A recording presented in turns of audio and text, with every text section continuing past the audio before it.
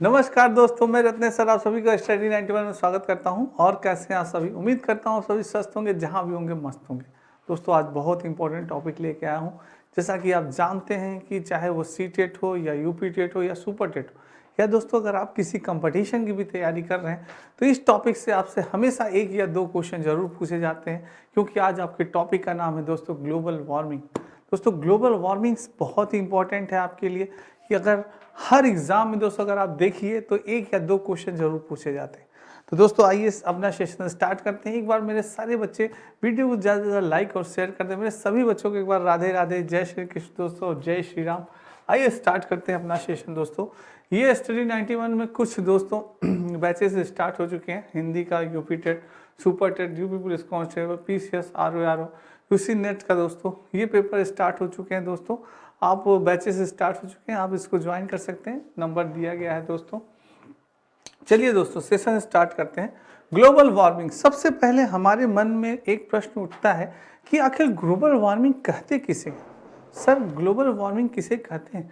अगर आपसे कोई पूछे कि बताइए ग्लोबल वार्मिंग की डिफिनेशन क्या होती है बेटा, तो आप बताएंगे सर वायु में कार्बन डाइऑक्साइड की मात्रा अधिक होने से पृथ्वी की सतह का वातावरण का तापक्रम निरंतर बढ़ रहा है, जिसे कि क्या कहते हैं? ग्लोबल वार्मिंग कहते हैं दोस्तों। या आप सरल भाषा में कह सकते हैं दोस्तों कि पृथ्वी पे कार्बन डाइऑक्साइड के कारण वातावरण में जो गर्मी उत्पन्न हो जाती है, जिससे कि हमारी पृथ्वी का निरंतर तापमान क्या हो रहा है? बढ़ रहा है, जिससे कि क्या कहते हैं दोस्तों? ग्लोबल वार्मिंग कहा जाता है।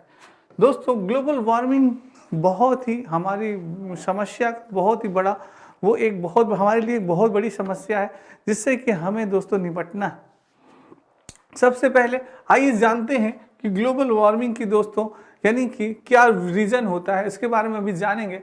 पहले ये जानेंगे कि ग्लोबल वार्मिंग पृथ्वी की सतह, जमीन और पानी दोनों के तापमान के साथ साथ वायुमंडल में वर्तमान में वृद्धि से है दोस्तों।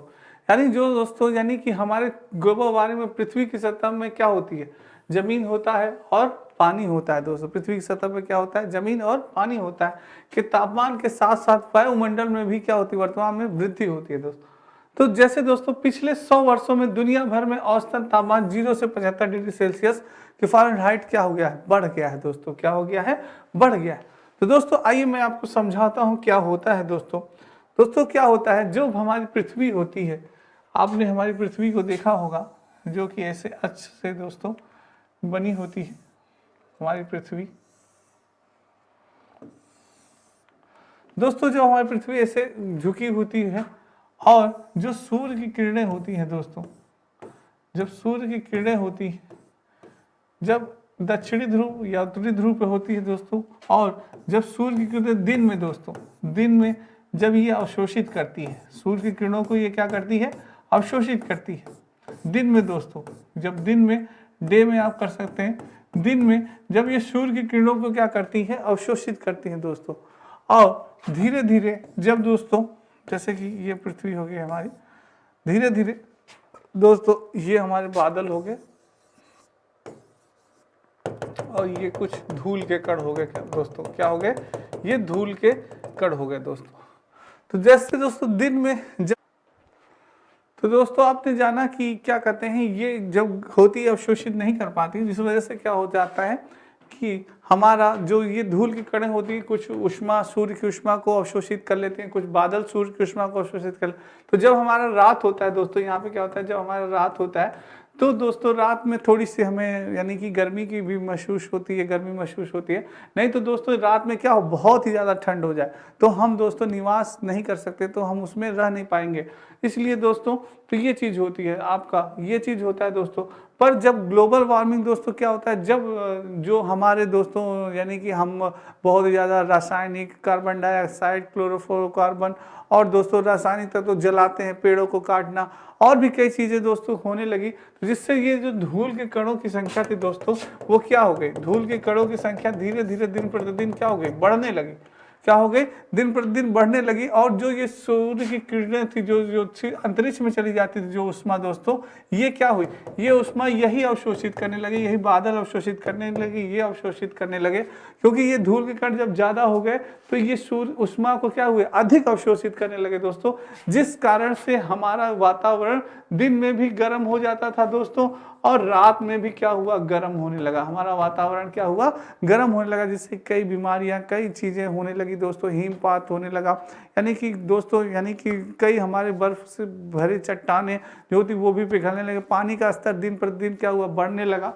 तो ये सब चीजें से दोस्तों कई दिक्कतें हुई। यही थी क्या आपकी दोस्तों, ग्लोबल वार्मिंग, यानी जो हमारी धरती थी धीरे धीरे क्या हुई दोस्तों, जलने लगी, यानी उसका तापमान क्या हुआ, धीरे धीरे बढ़ने लगा दोस्तों। तो यही था आपका दोस्तों ग्लोबल वार्मिंग।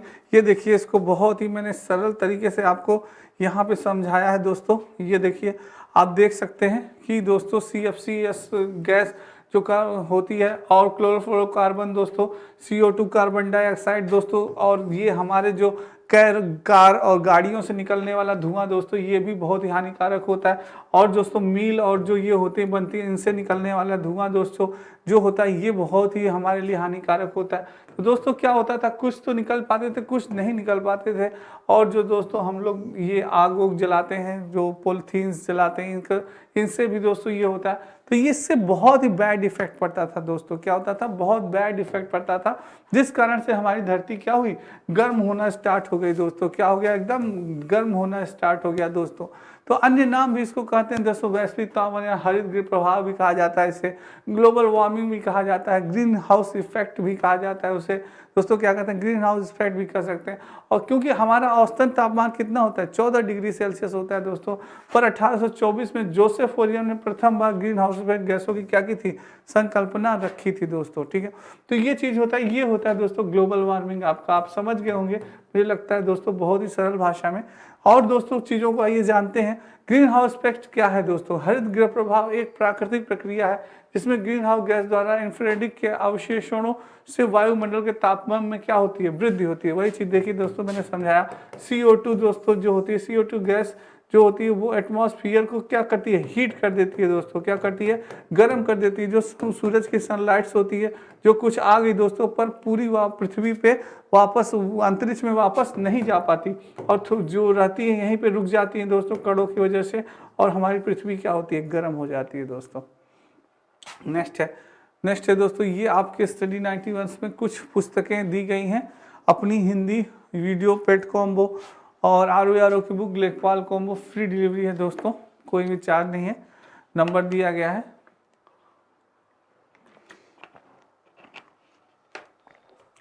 आइए दोस्तों आगे जानते हैं, ग्रीन हाउस गैसों का उत्सर्जन दोस्तों कैसे होता है, पावर स्टेशन से होता है। जो ग्रीन हाउस गैसें होती हैं उनका स्टेशन यानी उत्सर्जन कहाँ से होता है, जो पावर स्टेशन होते हैं उनसे 21.3% उत्सर्जन होता है, जिस कारण से दोस्तों हमारा जो वातावरण है वो क्या होता है, गर्म होता जा रहा है। इंडस्ट्रीज दोस्तों, जो हम इंडस्ट्रीज इतने लगाते जा रहे हैं, वृक्षों का कटाव करके इंडस्ट्री स्थापित हो रही, नई नई इंडस्ट्री, बड़ी बड़ी इंडस्ट्री, उनसे 16.8% होता है। यातायात और गाड़ियों से दोस्तों कितना, 14% होता है। खेती किसान के उत्पादन में दोस्तों हम लोग जैसे जला देते हैं चीज़ों को, फिर उसमें वो करते हैं, तो खेती किसानों के उत्पादन में 12.5% होता है। जीवाश्म ईंधन के इस्तेमाल से भी दोस्तों कितना होता है, 11.3% उत्सर्जन होता है गैसों का, जो कि हमारे लिए ग्लोबल वार्मिंग के लिए बहुत इफेक्ट होती है दोस्तों। नेक्स्ट है दोस्तों, रिहायशी क्षेत्रों से 10.33% निकलता है। बायोमास जलने से कितना, 10%, और कचरा जलने से कितना, 3.4% दोस्तों क्या होता है, जिससे कि हमारे जो ग्लोबल वार्मिंग पे इफेक्ट पड़ता है दोस्तों, ठीक है। नेक्स्ट दोस्तों, प्राकृतिक ग्रीन हाउस गैसें जैसे क्या है, प्राकृतिक ग्रीन हाउस से कार्बन डाइऑक्साइड सबसे प्रमुख ग्रीन हाउस है, यानी CO2 दोस्तों, कार्बन डाइऑक्साइड, मीथेन दोस्तों CH4, मीथेन बहुत ही हमारे लिए इंपॉर्टेंट है, मीथेन भी, नाइट्रस ऑक्साइड N2O दोस्तों, N2O नाइट्रस ऑक्साइड, ये गैसें दोस्तों प्राकृतिक ग्रीन हाउस गैसें होती है, सबसे प्रमुख गैसेस होती हैं। जल वाष्प दोस्तों और फ्लोरोनीकृत गैसें दोस्तों, तो ये दोस्तों ये दोस्तों ग्रीन हाउस के लिए प्राकृतिक गैसें होती है, जो कि हमारे ग्लोबल वार्मिंग में दोस्तों बहुत ही ज़्यादा इफेक्ट डालती हैं, बहुत ही ज़्यादा प्रभाव डालती हैं, इन पे हमें कंट्रोल करना है दोस्तों। नेक्स्ट है दोस्तों, मानव निर्मित ग्रीन हाउस गैसें, जैसे ग्रीन हाउस गैस से ग्रह के वातावरण या जलवायु में परिवर्तन और अंततः भूमंडलीय उष्मीकरण के लिए उत्तरदायी होती हैं। इनमें सबसे ज्यादा उत्सर्जन कार्बन डाइऑक्साइड का होता है। मैंने बताया ना दोस्तों, सबसे ज्यादा उत्सर्जन किसका होता है? कार्बन डाइऑक्साइड का होता है, जिससे कि वातावरण सबसे अधिक क्या होता है? गर्म हो जाता है। नाइट्रस ऑक्साइड, मीथेन, क्लोरोफ्लोरोकार्बन दोस्तों, जो कि हम दोस्तों जितनी भी ठंडी चीज करने के लिए एसी हो गया दोस्तों और फ्रीज हो गया, इन सारी चीज़ों का दोस्तों जो प्रयोग करते हैं उसमें से कौन सी गैस निकलती है? क्लोरोफ्लोरोकार्बन निकलती है।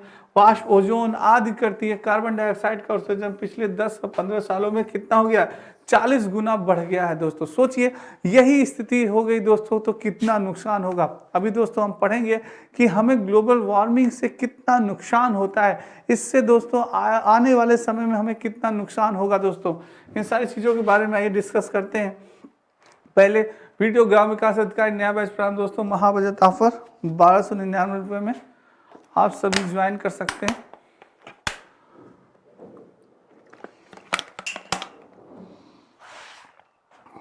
आइए दोस्तों नेक्स्ट चलते हैं। कारण दोस्तों, सबसे पहले मैंने कारण आपको बताया, प्राकृतिक कारण के संतुलन हेतु आवश्यक दोस्तों हमें संतुलन बनाना है दोस्तों। जो चीजें हैं बनी हुई है, पेड़ पौधों का कटाव नहीं करना है दोस्तों, ज्यादा से ज्यादा दोस्तों हमें, यानी कि जितने में कम निवास स्थान बने तो बहुत ही ज्यादा है, ज्यादा औद्योगिक फैक्ट्रियों का न बनाए। अगर मानवीय कारण की बात की जाए तो प्राकृतिक संसाधनों का शोषण दोस्तों, वनों का विनाश, जो हम वनों का विनाश कर रहे हैं हमें नहीं करना चाहिए। प्राकृतिक संसाधनों का शोषण दोस्तों कम करना चाहिए। विद्युत उत्पादन दोस्तों कम करना चाहिए, जिससे अधिक हो रहा है। औद्योगिकरण दोस्तों जिसका प्रमुख कारण है, ज़्यादा से ज़्यादा औद्योगिकरण होने के कारण भी ग्लोबल वार्मिंग पे बहुत इफेक्ट पड़ रहा है। शहरीकरण, परिवहन, आधुनिक जीवन शैली, मानवीय क्रिया में प्रदूषण, मानवीय क्रिया जो प्रदूषण फैला रहे हैं दोस्तों वो नहीं होना चाहिए। अवैज्ञानिक कृषि दोस्तों, कृषि जो होती है वैज्ञानिक विधि के माध्यम हो, अवैज्ञानिक विधि के माध्यम न हो, जिससे कि ग्लोबल वार्मिंग में अधिक वो हो। और दोस्तों ग्लोबल वार्मिंग का कारण अगर बताया जाए तो और बताया जाता है कि औद्योगिक क्रांति के बाद सब कुछ बदल गया, जैसे कि खेती, जीवन शैली आदि। औद्योगिक क्रांति से पहले मानव की क्रियाओं में वायुमंडल का कम प्रदूषित होता था। पहले दोस्तों जब ये औद्योगिकरण नहीं था तो वायुमंडल उतना ज़्यादा प्रदूषित नहीं होता था। पहले कम घर होते थे, कम फैक्ट्रियाँ बनती थी दोस्तों, पहले उतना ज़्यादा यूज़ नहीं होता था। पर धीरे धीरे जैसे ही लोगों की आवश्यकताएं, नीड्स बढ़ी दोस्तों, तो उनको कंपनियों की आवश्यकता, उन्हें व्यवसाय की आवश्यकता हुई, वो प्रोडक्ट बनाने लगे दोस्तों, जिससे कि हमारा जो वातावरण था दोस्तों धीरे धीरे प्रभावित भी होने लगा। तो वो चीज़ है दोस्तों। और वायुमंडल भी प्रदूषित होने लगा। औद्योगिकरण के इन कारणवश हम अपने जलवायु वातावरण को बदलते रहते थे। पूरे विश्व में व्यावसायिक रूप में होने वाले उपयोग के 100 गुना, 100 गुना सेंटीमीटर अधिक होता है। और ग्रीन हाउस गैस तो पहले ही विश्व में ऊर्जा संतुलन बिगाड़ चुकी है। पूरे विश्व में दोस्तों, न कि हमारे देश में बल्कि पूरे विश्व में ग्लोबल वार्मिंग की समस्या बहुत ही संकट की समस्या है दोस्तों। ठीक है, और आइए जानते हैं क्या होता है दोस्तों। औद्योगिकरण के बाद ही पृथ्वी के वायुमंडल का ताप अवशोषण क्षमता भी धीरे धीरे क्या हो गई दोस्तों, बढ़ गई है। वायुमंडल में CO2, 3 मीथेन और 1.00% N2O 1.5% क्या हो गया दोस्तों, इसकी मात्रा धीरे धीरे क्या हो रही है, बढ़ती चली जा रही है। ग्रीन हाउस गैसों का उत्सर्जन मुख्यतः जलाए गए कोयले, तेल और प्राकृतिक गैसों से भी होता है। जो दोस्तों हम लोग जो जलाते हैं दोस्तों, कोयलों को जलाते हैं, तेल जलाते हैं, प्राकृतिक गैसों को जलाते हैं, जिनसे निकलने वाला धुआं भी दोस्तों हमारे लिए बहुत क्या होता है, हानिकारक होता है। नेक्स्ट है ये यूपी पुलिस कांस्टेबल दोस्तों, नया बैच प्रारंभ हो गया आपका कंप्लीट कोर्स, महाबजट ऑफर, आप सभी ज्वाइन कर सकते हैं जो बच्चे यूपी पुलिस की तैयारी कर रहे हैं दोस्तों।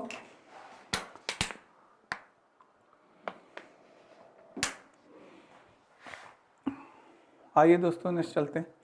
समस्या क्या होती है दोस्तों, ग्लोबल वार्मिंग से क्या प्रॉब्लम होती है, क्या समस्या होती है, इसके बारे में जानते हैं। बहुत इंपॉर्टेंट है कि ग्लोबल वार्मिंग बढ़ते हरित गृह प्रभाव का परिणाम है, जिसमें पृथ्वी के तापक्रम में निरंतर वृद्धि हो रही है। जो पृथ्वी का तापमान है दोस्तों निरंतर क्या हो रहा है, बढ़ता जा रहा है, जिससे कई बीमारियां होती हैं दोस्तों, हमें स्किन की बीमारियां होती है, सांस लेने में दिक्कत होती है, कई चीज़ें होती हैं और भी दोस्त हमारे जीवन के लिए बहुत ही दोस्तों यानी नुकसानदायक होता है।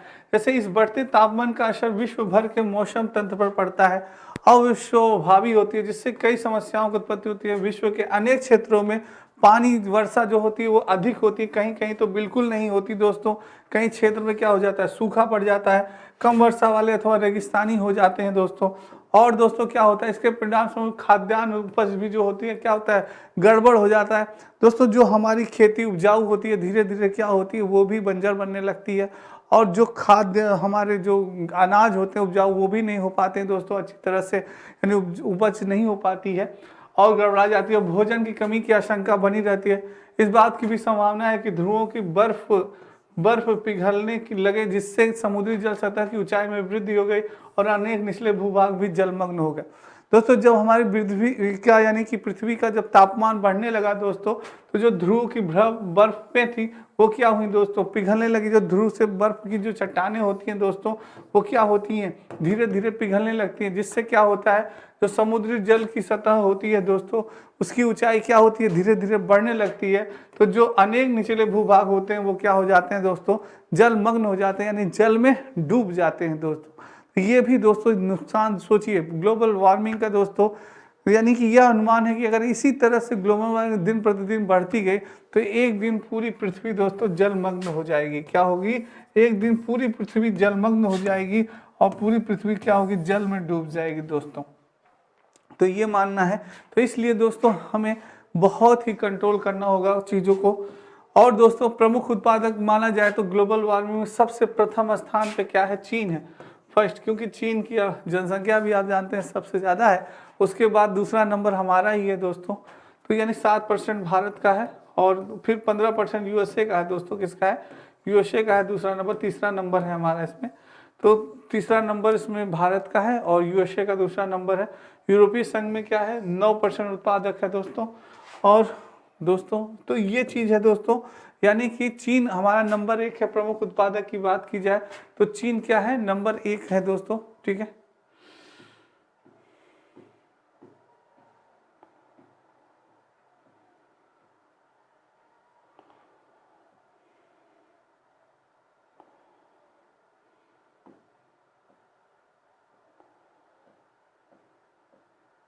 तो ये दोस्तों परिमाण यानी प्रमुख उत्पादन चीन का 30%, यूएसए का 15% और भारत का कितना है, 7% है दोस्तों।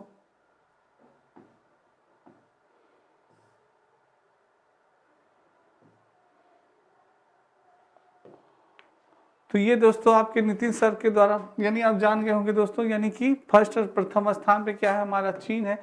सेकंड स्थान पे हमारा क्या है, यूएसए है। पूछा जा सकता है दोस्तों कि प्रमुख उत्पादक की अगर बात की जाए तो 3 फर्स्ट है दोस्तों, और यूएसए 15% सेकेंड है दोस्तों, और भारत का तीसरा स्थान है, और यूरोपीय संघ का दोस्तों 9, यानी तीसरा स्थान इसका है, चौथा स्थान भारत का है। यूरोपीय संघ का 9% है और भारत का कितना है दोस्तों, 7% है, ठीक है। नेक्स्ट चलते हैं दोस्तों, ये आपके नितिन सर के द्वारा हैंड राइटिंग लिखी गई सारी पुस्तकें बहुत इंपॉर्टेंट है। प्राचीन इतिहास, मध्यकालीन इतिहास, आधुनिक इतिहास, सामान्य हिंदी दोस्तों, सारी पुस्तकें बहुत इंपॉर्टेंट है आपके लिए।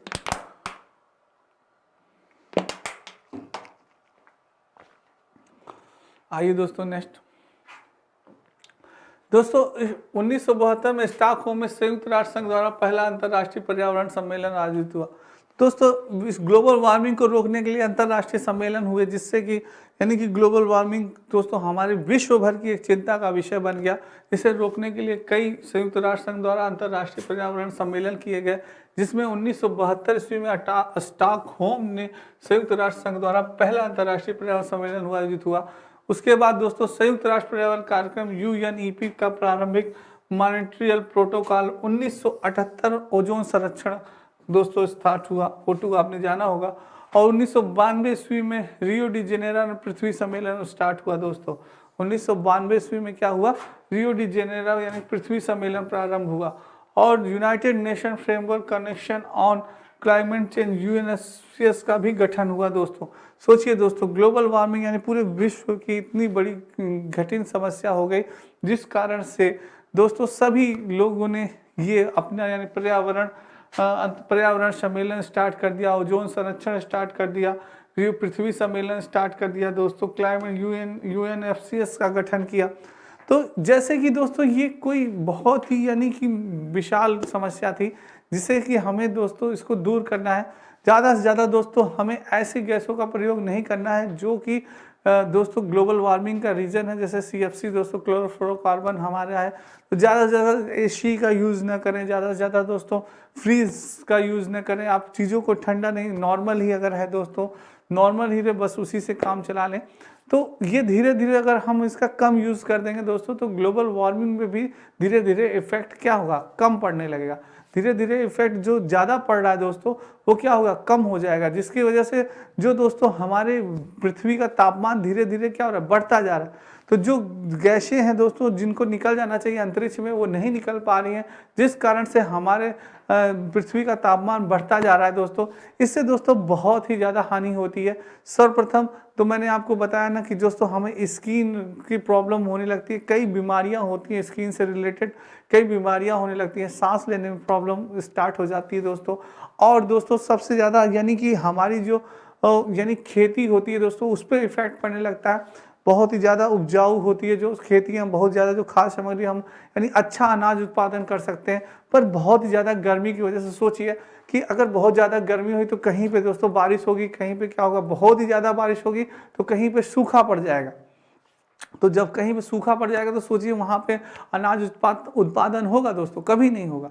और कहीं पे अगर बहुत ही ज़्यादा बारिश हो गई तो फिर तो भी अनाज उत्पादन नहीं होगा दोस्तों। तो इसका बहुत ज़्यादा इफेक्ट पड़ा। और दोस्तों कई चीज़ें हुई कि यानी कि जो हमारी बर्फ़ की चट्टानें थी दोस्तों, धीरे धीरे वो क्या हुई, धीरे धीरे वो भी पिघलना प्रारंभ कर दी, जिससे क्या हुआ कि जो निम्न स्तर थे, उससे जो निम्न स्तर थे वो भी क्या हो गए, जलमग्न होने लगे दोस्तों। तो ये चीज़ें हैं दोस्तों, बहुत ही ज़्यादा ग्लोबल वार्मिंग एक हमारी चिंता का विषय है, जिससे कि अगर हम बहुत ही जल्दी इसका समाधान नहीं किया गया तो पूरे विश्व में दोस्तों ग्लोबल वार्मिंग से बहुत ही ज़्यादा नुकसान होने वाला है। तो इसलिए इसको चीज़ को सीरियस से समझिए दोस्तों, सीरियस लीजिए चीज़ों को, ठीक है। नेक्स्ट है दोस्तों एजेंडा 21 क्योटो सम्मेलन 1997 में भूमंडलीय तापमान हुआ दोस्तों, कब, 1997 में। और COP पेरिस जलवायु समझौता कब हुआ दोस्तों, 2015 में। ये सब दोस्तों समझौता हुआ है। पूछा जा सकता है आपसे कि क्वेश्चन कैसे बनेगा कि पूछें बताइए COP पेरिस जलवायु समझौता कब हुआ, 2015 में हुआ। पूछ सकता है कि क्योटो सम्मेलन कब हुआ, तो 1997 में भूमंडलीय तापमान हुआ, एजेंडा 21 में हुआ। और पूछ सकता है दोस्तों 1972 में स्टॉकहोम में संयुक्त राष्ट्र संघ द्वारा पहला अंतर्राष्ट्रीय पर्यावरण सम्मेलन कब मनाया गया, तो आप बता सकते हैं 1972 में। कहाँ मनाया गया, स्टॉकहोम में संयुक्त राष्ट्र संघ द्वारा स्टॉकहोम कब, 1972 में। संयुक्त राष्ट्र पर्यावरण कार्यक्रम UNEP का प्रारंभ कहाँ हुआ, मॉन्ट्रियल प्रोटोकॉल में कब हुआ, 1978 में हुआ, 1978 में। तो ये भी पूछा जा सकता है दोस्तों आपसे। और रियो डी जेनेरो पृथ्वी सम्मेलन यानी कि 1992 में हुआ दोस्तों। United nation framework convention online यानी कि UNFCCC का गठन हुआ दोस्तों, यानी कि इसका पूरा full form United nation framework convention on climate change दोस्तों, ठीक है। ये पूछा जा सकता है आपसे, पूछा जा सकता है दोस्तों, यानी कि प्रमुख उत्पादक कौन था ग्रीन हाउस में, ग्लोबल वार्मिंग बात की जाए तो चीन नंबर 1 पे है, नंबर 2 पे USA है, नंबर 3 पे आपका यूरोपीय संघ है, नंबर 4 पे क्या भारत है 7%। और दोस्तों पूछा जा सकता है आपसे कि जो गैसें हैं दोस्तों, यानी गैसें हैं, कौन कौन सी गैसें हैं जो कि वायुमंडल ग्लोबल वार्मिंग का रीजन बनी है ग्लोबल वार्मिंग का। तो दोस्तों गैसों में आप बता सकते हैं कि हमारे यानी कि परिवर्तन मतलब भूमंडलीय गैसें में सबसे ज़्यादा उत्सर्जन किसका होता है, कार्बन डाइऑक्साइड का CO2 हो गई दोस्तों, और क्या हो गए का नाइट्रस ऑक्साइड हो गई दोस्तों, N2 हो गई, मीथेन हो गई दोस्तों, क्लोरोफ्लोरोकार्बन हो गई, वाष्प हो गए, ओजोन हो गई, आदि हो गई दोस्तों। ये सब क्या है, ये हमारे किसके ग्लोबल वार्मिंग की गैसें हैं जो कि बहुत ही ज़्यादा प्रभावित करती हैं ग्लोबल वार्मिंग को। कार्बन डाइऑक्साइड हो गई, मीथेन हो गई, नाइट्रस ऑक्साइड, जल वाष्प, फ्लोरीनकृत गैसें, ये क्या है दोस्तों, प्राकृतिक ग्रीन हाउस गैसें हैं जो कि बहुत ही ज़्यादा ग्लोबल वार्मिंग को इफेक्ट करती हैं। ये आपसे पूछा जा सकता है कि कौन कौन सी गैसें हैं जो कि इफेक्ट करती हैं, प्रभाव डालती हैं, आप ये बता सकते हैं सरलतापूर्वक।